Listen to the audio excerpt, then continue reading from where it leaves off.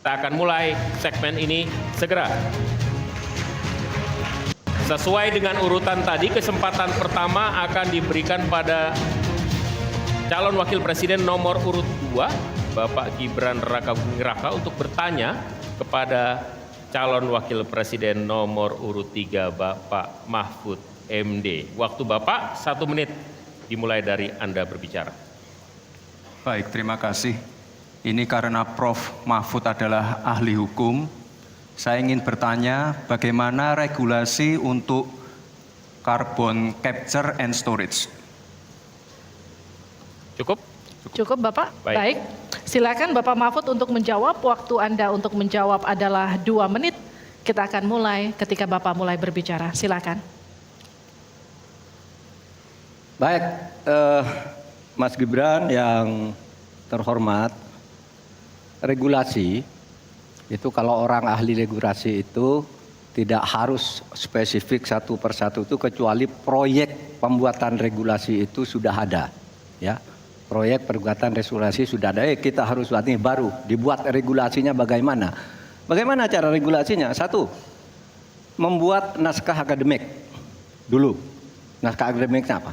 Naskah akademik itu kalau mengikuti pola yang sederhana aja, pakai aja kasus Ruktipi namanya. Kalau di dalam ilmu perundang-undangan itu, misalnya regulasi yang sudah ada bagaimana, kalau belum ada bagaimana.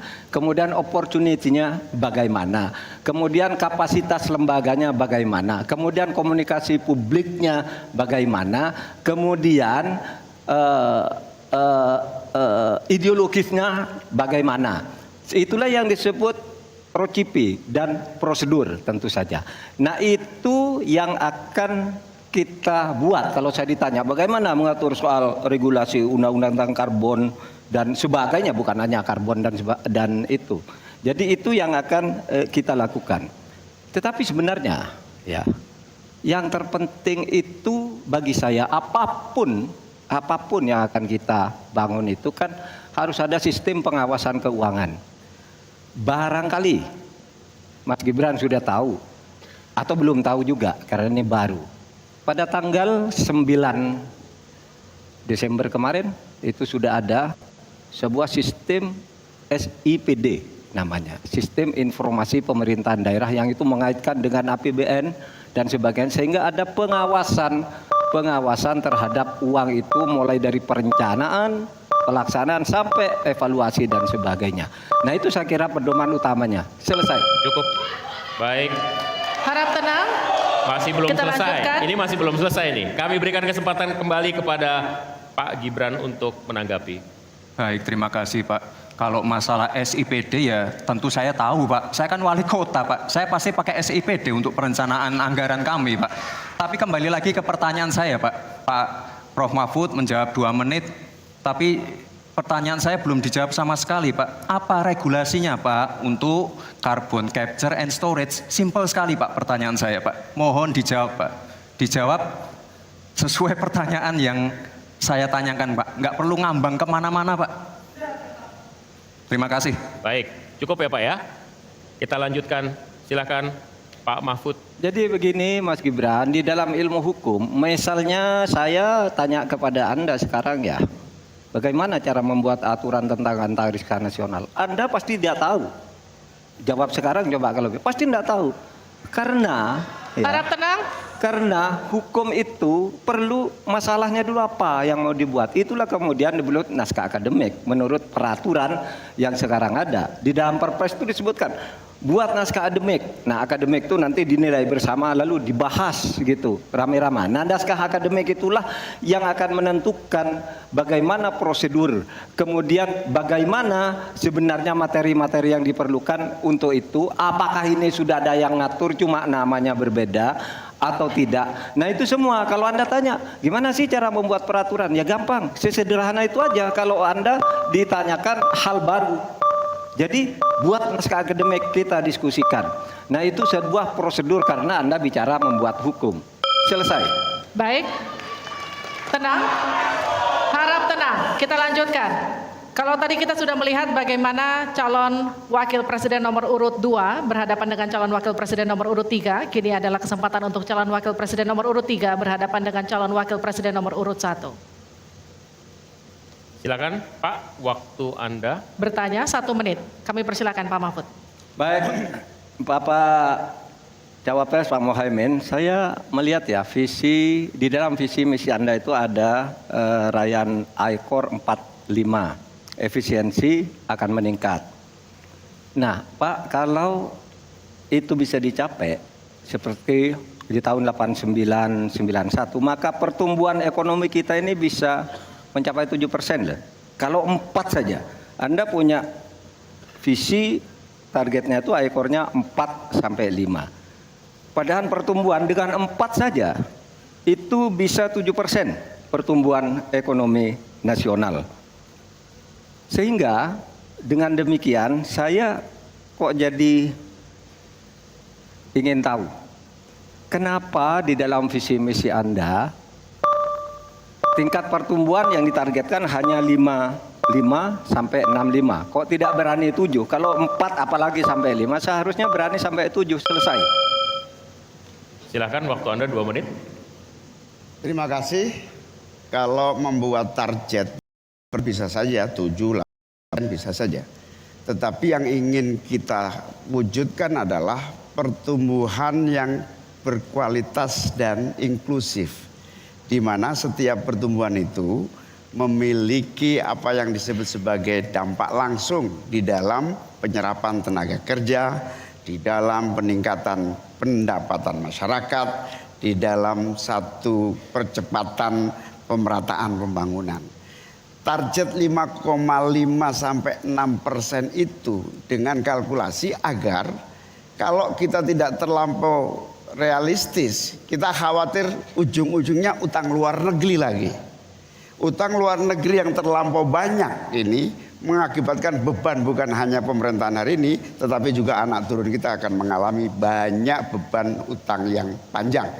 Salah satunya adalah bagaimana agar APBN kita sehat. Sekarang saja prosentasi 3.000 triliun APBN aja untuk membayar utangnya cukup tinggi. Sehingga mengurangi tidak kurang dari 20% APBN kita untuk membayar utang luar negeri. Sehingga target yang berjumlah 5,5% sampai 6,5% itu realistis yang akan tidak membebani bagi proses pembangunan kita di masa yang akan datang. Di sisi yang lain kita pasti tahu bahwa salah satu syarat-syarat pertumbuhan yang bisa sehat itu adalah apabila investasi yang masuk juga tidak menjadi beban baru bagi pembangunan nasional kita. Apa beban baru itu?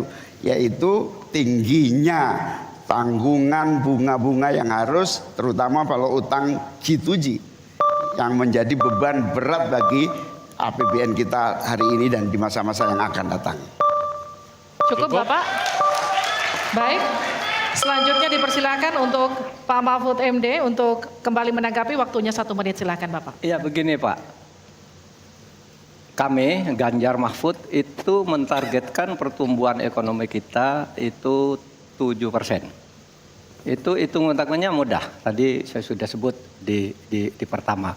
Betapa saya menyelamatkan korupsi yang diurus kantor langsung saya aja 677 triliun.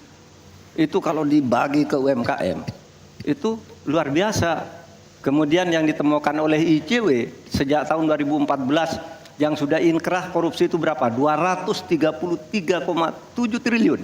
Nah ini kalau kita pangkas melalui penegakan hukum yang benar, ini bisa mencapai 7. Tapi Anda menyimpang dari rumus yang selama ini terjadi. Kalau Anda berani dengan I-Core 4 saja, Anda pasti bisa 7%.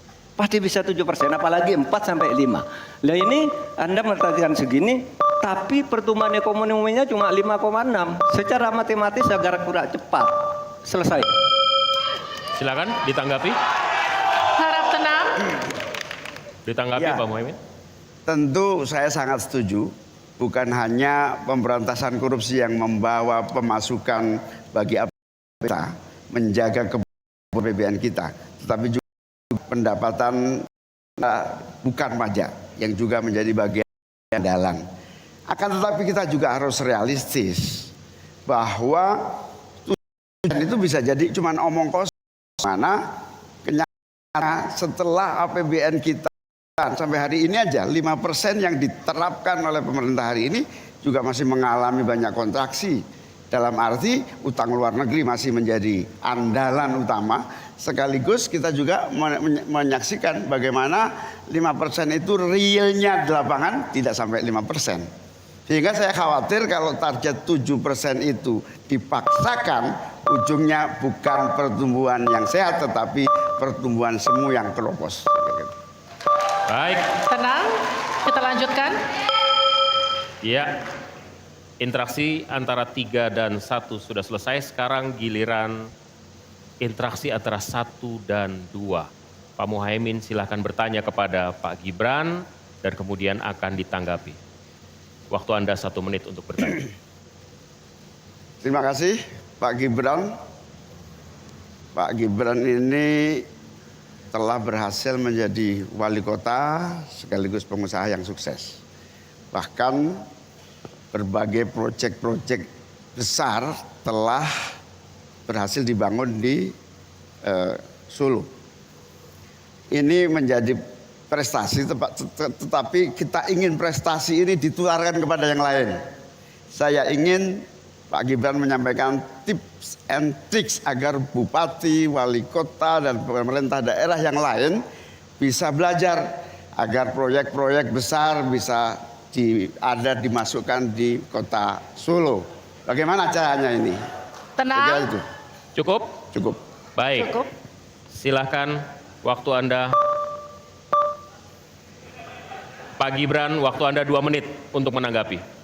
Baik, Gus Muhaimin, saya jelaskan ya. Sekarang Indonesia itu sudah memulai yang namanya pemerataan pembangunan.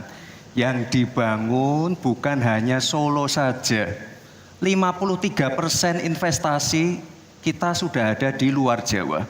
Kalau kita pengen fair ya Gus, Tenang. Mohon tenang. Jumlah proyek, jumlah anggaran yang digelontorkan ke Solo sebelum saya jadi wali kota itu lebih besar. Saya tahulah ini arah pertanyaannya kemana. Tapi yang jelas ini Gus, apa yang sudah dibangun, yang kita lihat bukan bangunan fisiknya saja, tapi kita lihat impact-nya ke warga. Bangun masjid menggunakan CSR dari Abu Dhabi. Impact-nya apa? UMKM kita sekarang melesat, wisata kita melesat. Kemarin waktu Idul Fitri, kunjungan wisatawan ke Solo melebihi Jogja. Itu impact-nya. Lalu kita lihat, kita punya kebun binatang Solo Safari, tidak pakai APBN. Masjid tidak pakai APBN. Tapi impact-nya apa? Impact-nya ke masyarakat. Jadi yang kita lihat ini Gus, tidak perlu tendensius seperti itu. Kita lihat impact-nya ke warga seperti apa. UMKM meningkat, kesejahteraan meningkat, lapangan pekerjaan terbuka. Itu yang kita lihat Gus. Jadi tidak melihat, oh ini dia anak emaskan. Enggak. Pemerataan pembangunan itu sudah terjadi di mana-mana, bukan hanya di Solo. Dan itu fakta loh Gus. Proyek di Solo sebelum saya menjabat itu lebih banyak. Fakta itu. Terima kasih. Harap tenang, kita akan lanjutkan. Masih lanjut ini. Silakan Pak Muhaimin untuk menanggapi, waktunya 1 menit. Ya, yang saya tanyakan belum dijawab. Tenang. Saya itu tanya tips and triknya agar investasi ataupun proyek-proyek besar bisa di sana. Sebab saya lihat itu ada 32 proyek pemerintahan pusat, ada juga berbagai program-program yang luar biasa, patut kita banggakan. Dibandingkan dengan misalnya Kota Madiun yang hanya 11%, Cirebon hanya 7%, Tasikmalaya. Kita ingin triknya apa? Sehingga akses pendanaan pembangunan itu bisa bersifat adil dan merata. Bukan hanya di satu kota, tapi berada di seluruh. Ini yang menjadi catatan saya adalah keadilan dalam melaksanakan APBN. Kalau kita jadi pemerintah pusat nanti, tugas kita adalah membagi secara adil seluruh proyek-proyek nasional kita. Cukup? Cukup. Silakan Pak Gibran untuk menanggapi. Waktunya 1 menit, silakan. Mohon tenang, mohon tenang. Baik Gus, saya jawab lagi. Sebelum ada proyek dari pusat masuk, kita ya, para wali kota ya harus menyiapkan yang namanya readiness kriteria.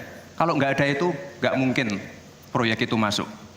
2, kita sebagai wali kota harus menyiapkan hal-hal non teknis, relokasi, nego dengan warga-warga, bantaran sungai, bantaran rel kereta api. Itu Gus, 1. Lalu kita juga harus berkolaborasi, tidak semuanya pakai APBN. Ada yang pakai APBN plus APBD plus dibantu, saya sering dibantu Pak Ganjar, gubernur saya. Ini kolaborasi, jadi tidak semuanya APBN, ini kolaborasi, ada CSR juga, ada BUMN juga, ini kolaborasi. Dan sekali lagi sebelum itu masuk, kami para wali kota menyiapkan readiness kriteria, itu. Jadi ya saya kira ini cukup fair Gus. Ayo mana Baik. pendukung? Tenang. Apresiasinya.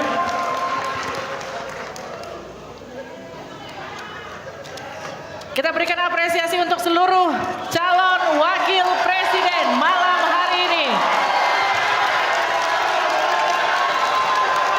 One on one sesi pertama sudah lewat, masih ada 1 segmen lagi ketika calon wakil presiden bertanya dan berinteraksi dengan calon wakil presiden lainnya. Tetaplah bersama kami di debat kedua calon wakil presiden pemilu 2024.